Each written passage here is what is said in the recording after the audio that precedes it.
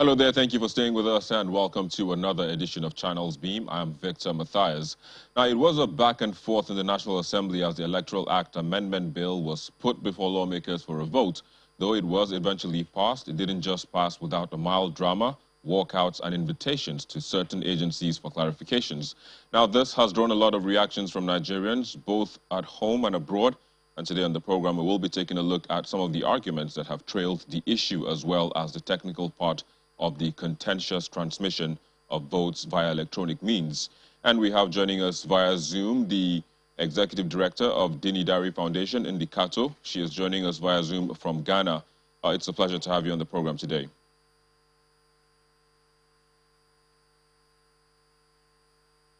Well, we also have, while we wait for Indi to sort her audio out, we also have with us in the studio here, Abraham Jigu. He is a legal practitioner. It's a pleasure to have you as well, you know, in the studio today. And of course, but let's kickstart. What came to your mind when all of, you know, the back and the forth, you know, was going on, you know, as regards this amendment? What came to my mind readily was interest.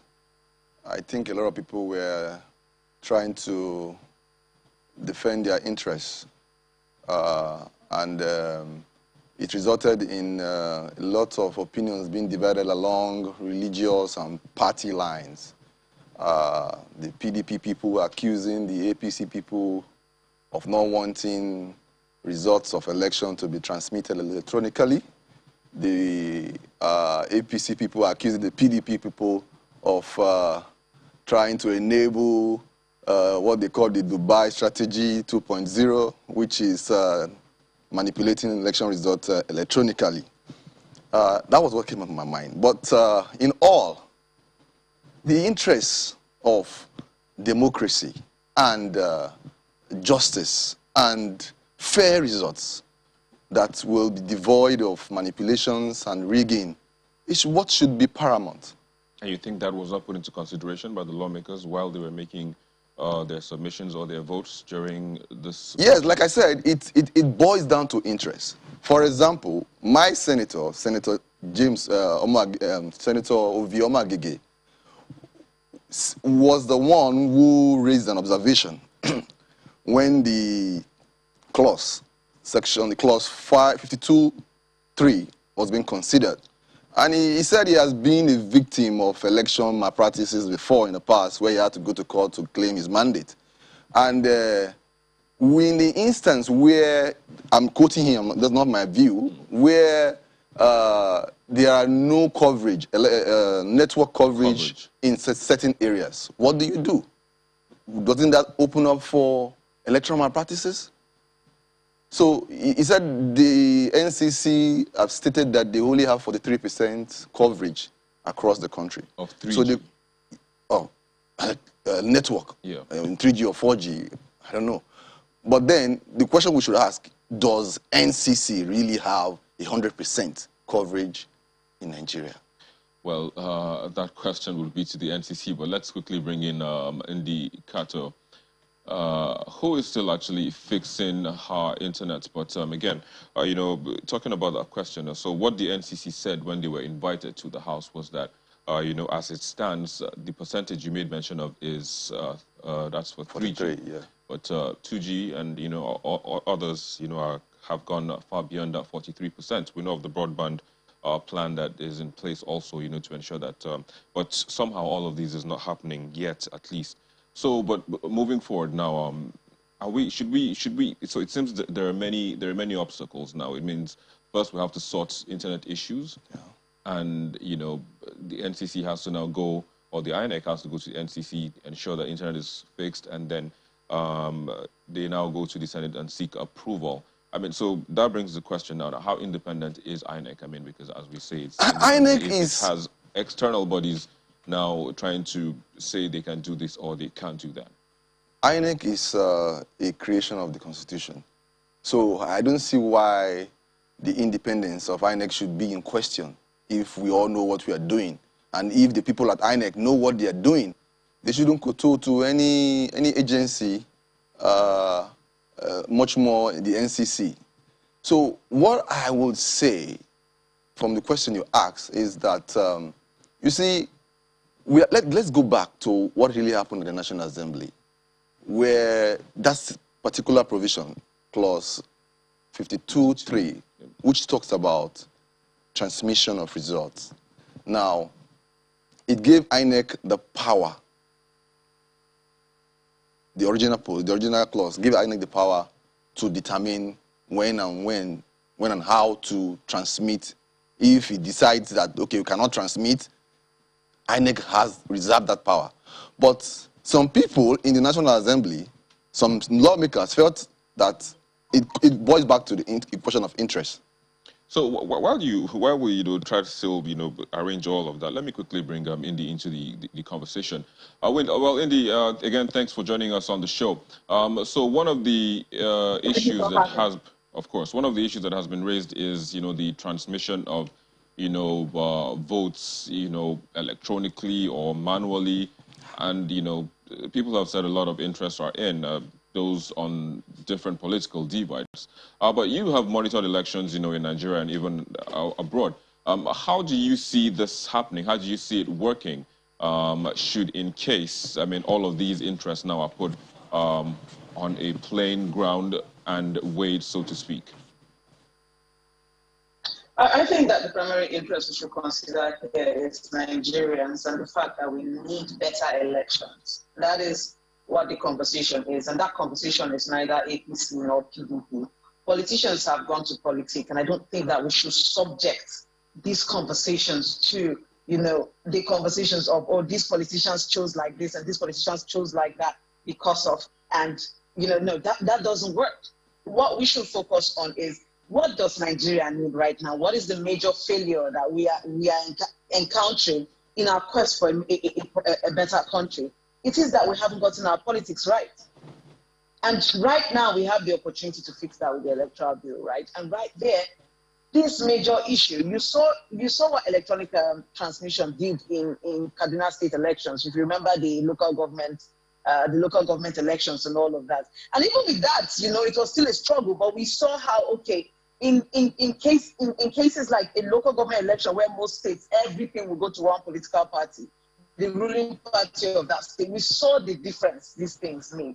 And so we're looking at the national level now. We're looking at how poor. We're actually regressing. We're regressing in our politics. We're regressing in the quality of our elections. And that this opportunity came to ensure that, look, we improve and, again, not put strong men, but stronger systems. And what we have voted for is to weaken the system, to subject the system to more government. Already there's a fundamental flaw in INEC. The fundamental flaw for me in INEC is that how independent is it if it is the executive that appoints the people who go in there? So we have that flaw already that we're trying to deal with. And then now we're adding more governments. They have to bow to more people. And INEC has actually said that they have the capacity. They've said that they have the capacity to do this. So I'm very concerned about the quality of our elections and that the conversation is not, oh, these interests went here. That is on my side. It's not that this interest went here or that interest went there. It is that, look, at the end of the day, for Nigerians, we need better elections. Electronic transmission will ensure better elections. And we are seeing politicians deciding to play politics with it.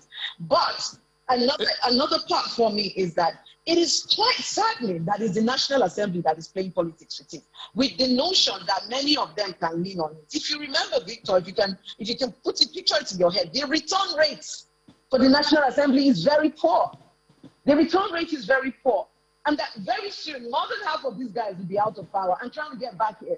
So I don't know what short-sightedness is making them make these autocratic decisions at the end of the day, or these decisions that push us more towards autocracy, thinking that they will benefit in the long run from it, when not many politicians or not many National Assembly members or legislators keep coming back.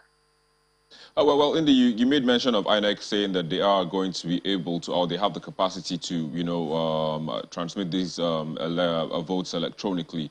But one of the key things that they would perhaps need is the technology, the network coverage, which the NCC is pegging at 43%. That's of 3G. How do we balance this? How would I put it now? It's really, so they're saying they can, and then NCC that pretty much supports the technology, saying that the technology is not available to the nukes and crannies. How do you bridge that, or how do you balance all of that? We are paying money for so many things already in this country. Why aren't we spending to improve systems? Why? If we're already doing this, I mean, I would want to say certain things on TV, but there are things that we are paying money right now for that are to the detriment of the citizenry, if I'll say. And I do think that it is better that we focus those funds on issues that would improve our nation. We cannot on critical issues start saying, oh, we can't do, we don't have the technology, but the technology is there. The technology is right there, and these are things that if Nigeria pulls resources from everywhere else that we're training resources from, if I start to mention all the places, all the odd places we're putting resources in, taking loans to put resources in, you will see that actually we can afford this. So it's not that, oh, okay, we don't have it right now. Why is it stopping us from getting this?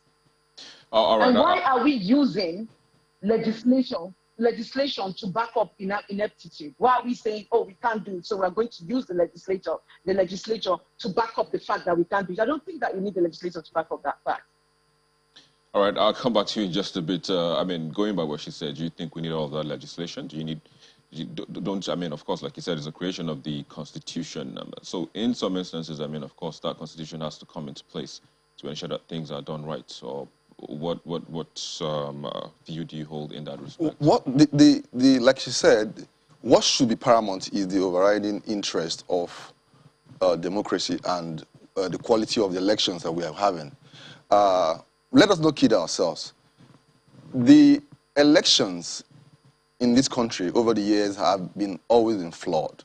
Look at the card reader in 2019, where the current sitting president, went to his polling station, polling unit, and couldn't vote because the card reader was not working. That was the polling unit of the president, of the sitting president. INEC could not deliver at that point. So let us not kid ourselves. Things don't work properly in this country. And at the end of the day, people become victims. People who are contestants, candidates in the election, become victims of the ineptitude of INEC. So when you see or when you find people like the Deputy Senate President saying that, look, we need to make sure things are properly put in place before you amend a clause. For instance, clause 52.2 was talking about e-voting. Nobody is even joining that conversation. That is a very laudable clause included in the act, bill, yeah. in the bill. Now, we all jump into transmission of results, which is clause 52.3. Yeah. Now, what happened, like I will still keep saying, what happened is that it all boils down to interest. But let that interest be in favor of the people of Nigeria who are going to be electing their preferred candidates, not the interest of each candidate. Yes, they are candidates and their interest should also matter, but the people who are picking or electing the candidates should have the bigger say. So let us first put things in proper perspective, in proper working condition, before we jump into whether this is right or this is not right. We're not even talking about political divide now, political party divide. We're talking about let everything be properly put in place. And that brings me to the issue of what really happened. I keep saying what happened, because the original clause says, yes, INEC has the power to determine whether to transmit or not to transmit or overrule. Now, some people are saying, no, let us look at it. Let us amend that clause. That is what is causing this brouhaha. So the amendment, even the amendment right now that the Senate had reached, I think I have not seen the document, but the amendment I got a peek view talked about INCC, INEC, and final approval from the National Assembly. I am not okay with that. All right, let me quickly get Ndi's take on the final approval from the National Assembly. Ndi, how do you see that playing out just as we wind down this conversation? It is just more government. They're piling more government on this, and politicians are subjecting our nation to them. And it doesn't work like that. That is it for me. Just like we've talked of the NCC, just like we've talked of all of the parties. And if you hear this conversation, especially from the side of, the young people on social media and all of these conversations, people are very concerned. They are mentioning the names.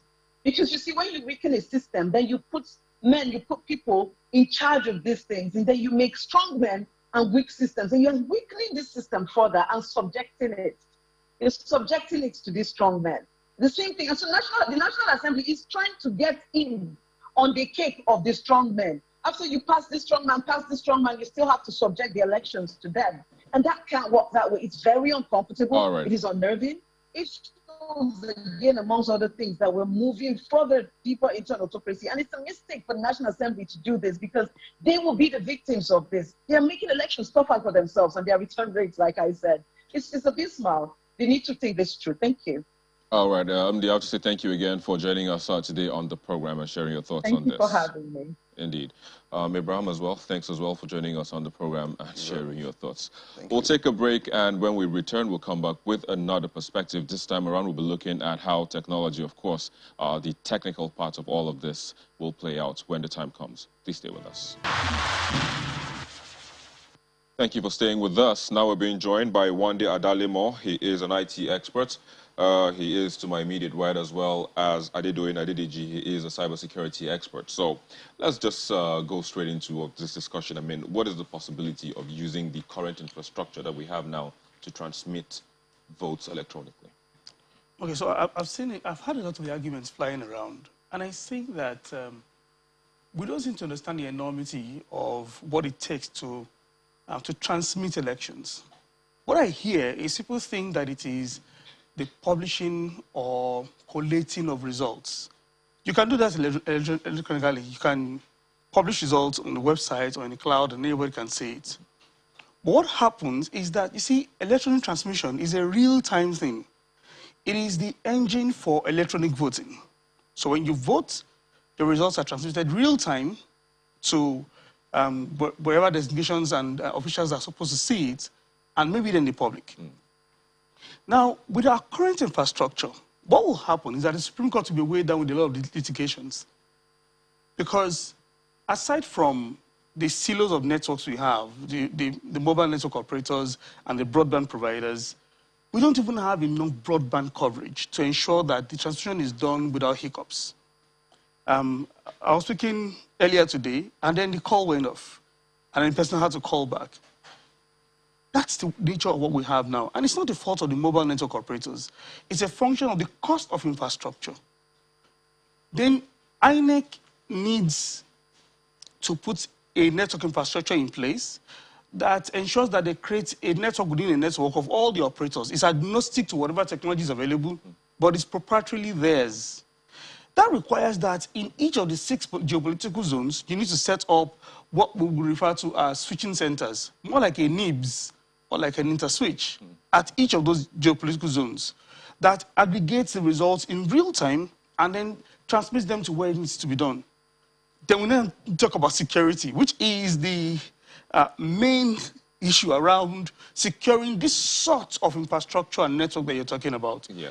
So let me bring him in, talking about security. So, going by all the things that, Wande has said now, how open or how secure, is the infrastructure? Because one of the things that people are talking about is, it can be hacked, and if it is hacked, that means the will of the people will be distorted. But so what is the situation in this case? How open or how secure is the current infrastructure that we have? I think in looking at the current situation that we have, I think a good way to look at the problem is to look at the banking sector. If the banking sector can function so efficiently, even with technology, I don't think transmission of election results should be a big problem. Now, we can talk about coverage, but then in terms of security, I don't think the real argument now is how do we totally submit everything to technology. Now, there will definitely still be physical evidence of the election. You understand? We are not talking about the full e-voting yet. What we are talking about is let's transmit results. Do you understand? Not voting and transmitting the vote automatically.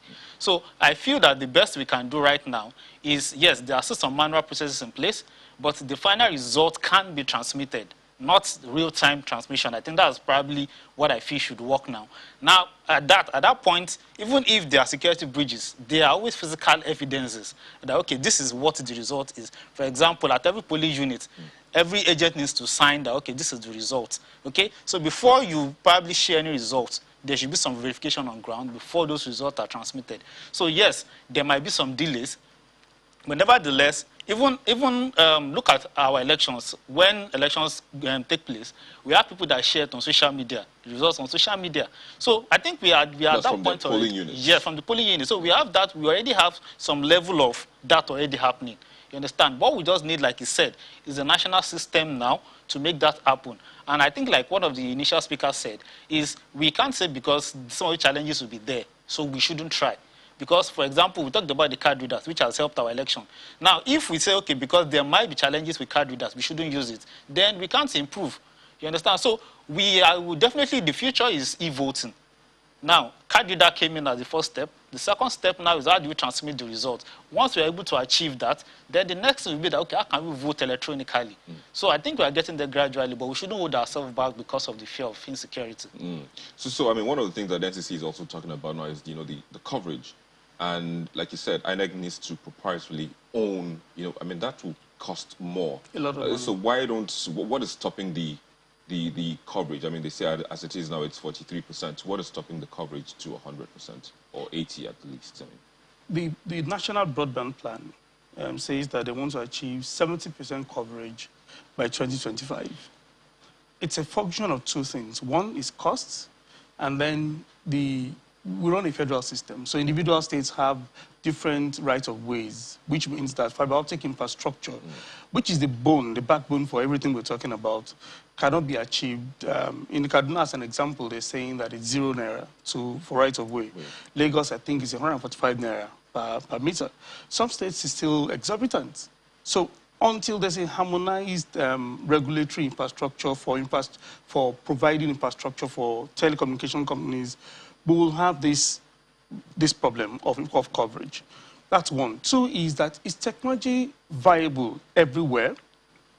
Is 4G technology, broadband technology viable everywhere? So as an operator, my question is, why would I want to go to a rural location where I know I will not make progress? There's no subsidy for it. That's the second one. The third thing is that there's a vast number of Nigerians who still do not understand the value of this technology, even if it's put to use in these places. So again, if you're not optimizing the use, I mean, look at Lagos. Virtually everyone understands what to use broadband for, right?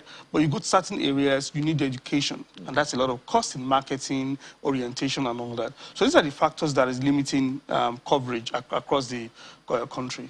What do you think we can do to bridge this? Well, I think satellite technology should come to play in this situation.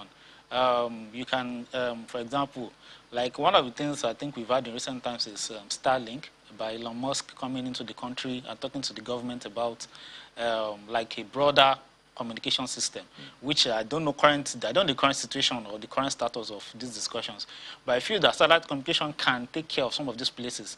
And in terms of broadband, yes, broadband is more reliable, but then it's expensive. You understand? So what I feel is that some of those locations, because yes, we might not have 100% coverage, but for the sake of our elections, we can deploy satellite technology, smart satellite technology, which are already available to some of these locations for the sake of our elections, and probably do what we need to do, at least till when we're able to achieve a bigger broadband penetration. Yes, so Wando was talking about, deploying all these things to all of these places and, without subsidy. Maybe we can replicate what we have in the petroleum sector, maybe in the technology sector as well, to see that, we subsidize these things when it is needed, like you said, especially during elections. But I have to say thank you for joining us today on the program one day, as well as I did Thank you very much. And sharing your thoughts. Well, that's where we are. We would now close the show. Thank you for watching. I'm Victor Mathias.